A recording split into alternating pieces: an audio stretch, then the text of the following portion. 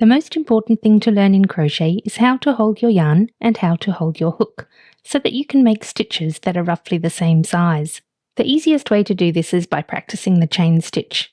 And if we're practicing, we may as well make something useful, like this soap bag, a water bottle cover, and I'll show you how to adjust the pattern so you can make it in a larger size, as large as you like this bag that's full of little amigurumi for the next project. Sneak peek, to practice magic rings and single crochet, we'll make button babies. The water bottle's the faster project, so we'll start with that. Make a slip knot and slide it closed, and then wrap the yarn around your fingers, and we're going to do 6 chain. So there's 1, 2, 3, 4, 5, and 6. Next, put the hook through that first loop at the start of this 6 chain, the one that was the slip knot, and put the yarn tail out of the way.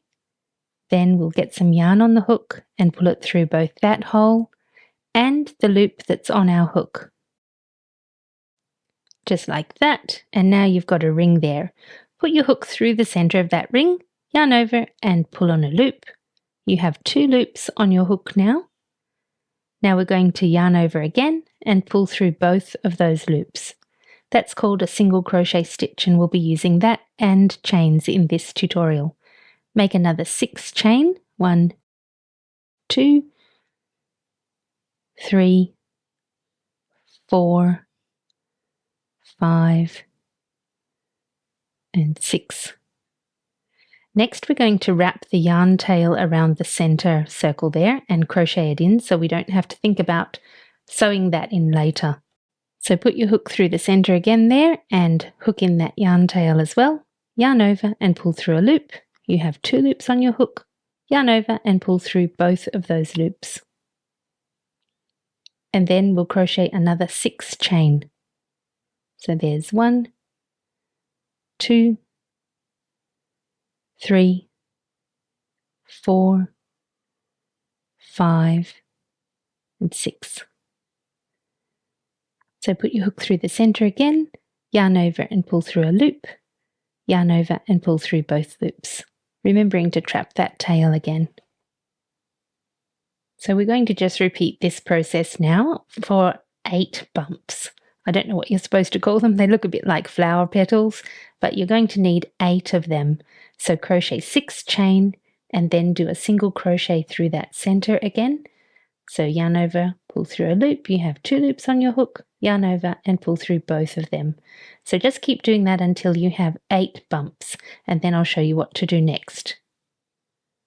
So I'm up to my last bump now. So there's 6 chain and then 1 single crochet to make the 8th bump in the base here. This is one point where you can control the size of your bag. Fewer bumps makes a smaller bag, more bumps makes a larger bag. But if you want a very large bag, you don't want to put them all into the base. I'll show you how to add more bumps when we make the soap bag. So count all of your little petal bumps here and make sure you have 8. Then snip off your yarn tail and we'll move on to the next round. For round 2, we're going to crochet 6 chain and then start crocheting into the little bumps that we've created in the first round. So do 6 chain, and then we're going to crochet into the top of that bump. So put your hook through the center there, pull on some yarn. You've got 2 loops, now pull on some yarn and pull through both of them, and we'll do another 6 chain. So it's quite a simple process from now on. It's just 6 chain and then crochet into the top of the next bump. So here's the next bump. Put your hook through the center, pull some yarn through, then pull some yarn through both of those loops, and then do another 6 chain. Make sure you don't miss any of the bumps. They're quite easy to miss as you're crocheting around. They can hide behind the other bumps. So make sure you're getting into the next bump around each time. So there's another one. Keep doing that until the end of round 2. The last little bump in round 2 goes into the little bump that we used to step up into round 2. So do your normal 6 chain and then do a single crochet into that bump we used to step up. After you crochet that single crochet stitch, check and make sure you haven't missed any bumps, and then we'll continue with round 3. From now on, for this particular bag, you don't need to do anything different. You just keep crocheting. You don't need to count rounds or anything like that. Keep crocheting 6 chain and then a single crochet in the top of each bump until your bag has reached the length that you want it to be. I've gone ahead about 4 rounds now, and you can see that the flower petals are starting to squash together. That's exactly how it's supposed to be. You can see that it's starting to form a cup, and this is a checkpoint for you. Check here to make sure it's fitting around the bottle you're making it for. If it fits well, just keep crocheting now until it reaches the length you need.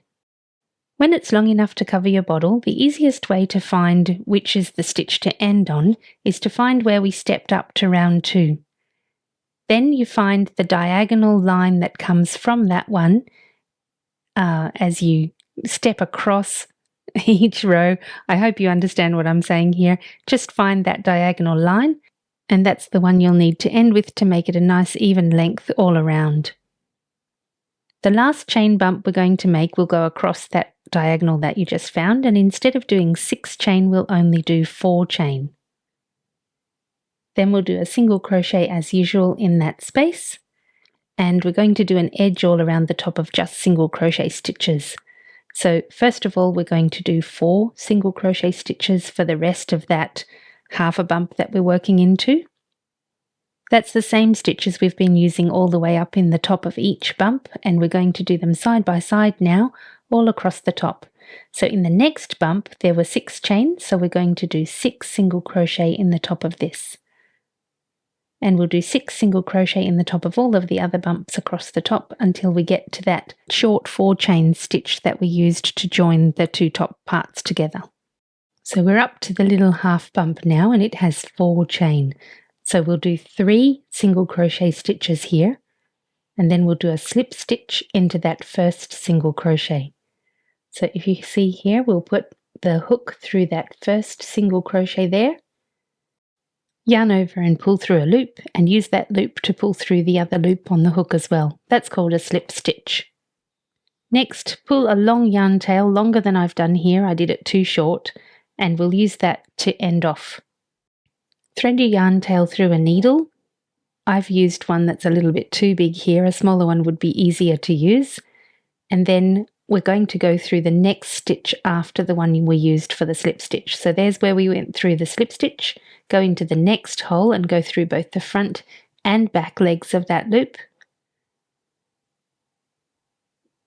Pull the yarn through.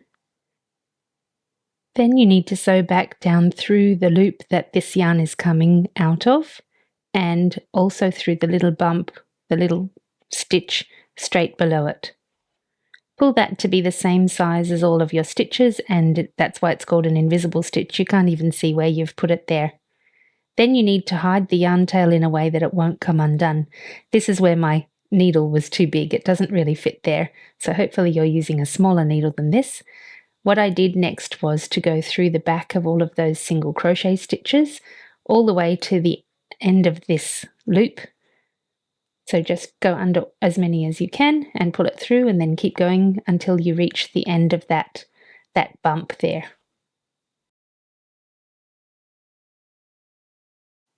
There's the last stitch there.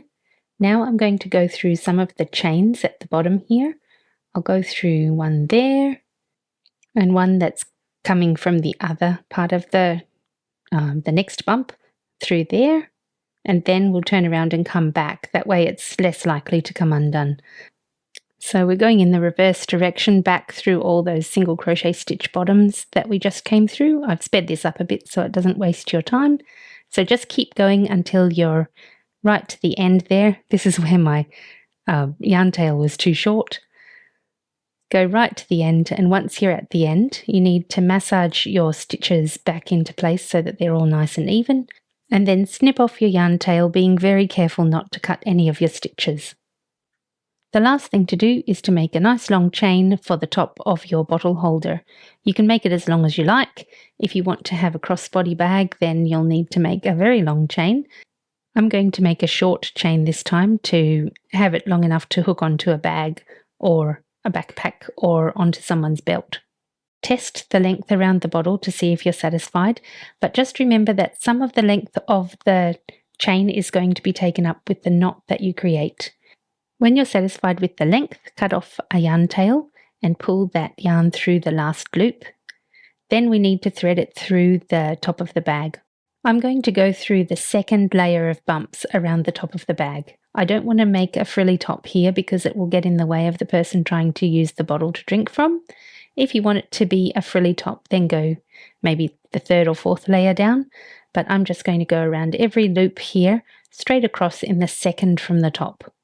When you go through the last hole, align both of the ends of your chain and tie them together in a nice strong knot, and then snip off the ends.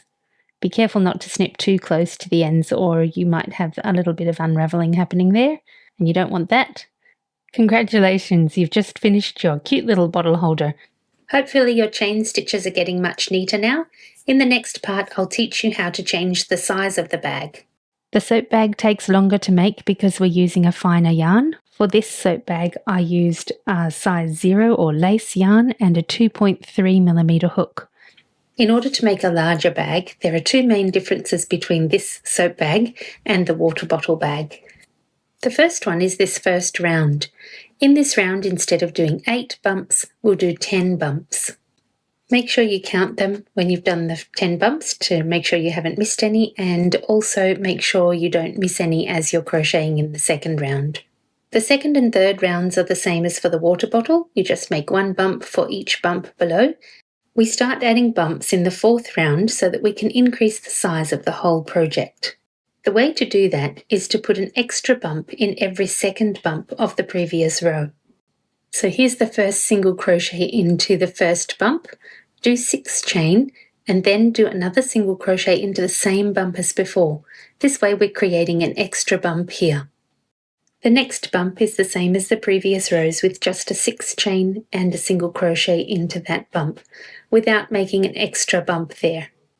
So we'll be increasing the size by having an extra bump in every second bump from the previous row. So you can see here that every second bump from the previous row has a little extra bump crocheted into it there. So you can see that there were 5 extra bumps added to that round. For the rest of the project, you do the same as the water bottle, just do your bumps into each bump from the previous row until it reaches the length that you want. For the water bottle bag, we did a plain edging at the top. If you want to make cute little pickets at the top, make 3 single crochets and then do a 3 chain. So here's 3 single crochets, that's the third one, and then I'll do a 3 chain. So 1, 2, 3, and then do 3 single crochets. A regular picket stitch does have one more step, but as a beginner, don't worry about that.